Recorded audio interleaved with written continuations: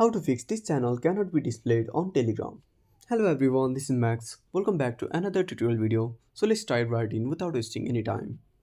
First of all, open up your web browser, tap on the search bar. Now type Telegram Wave. Now tap on search. Now tap on search and open up the first website.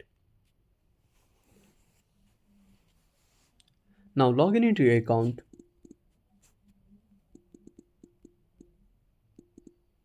Now tap on next.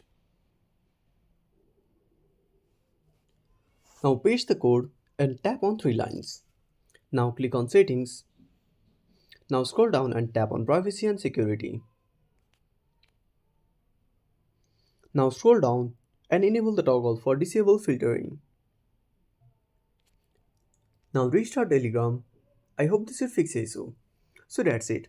Thanks for watching and make sure to subscribe our channel and hit the bell icon. See you in the next video.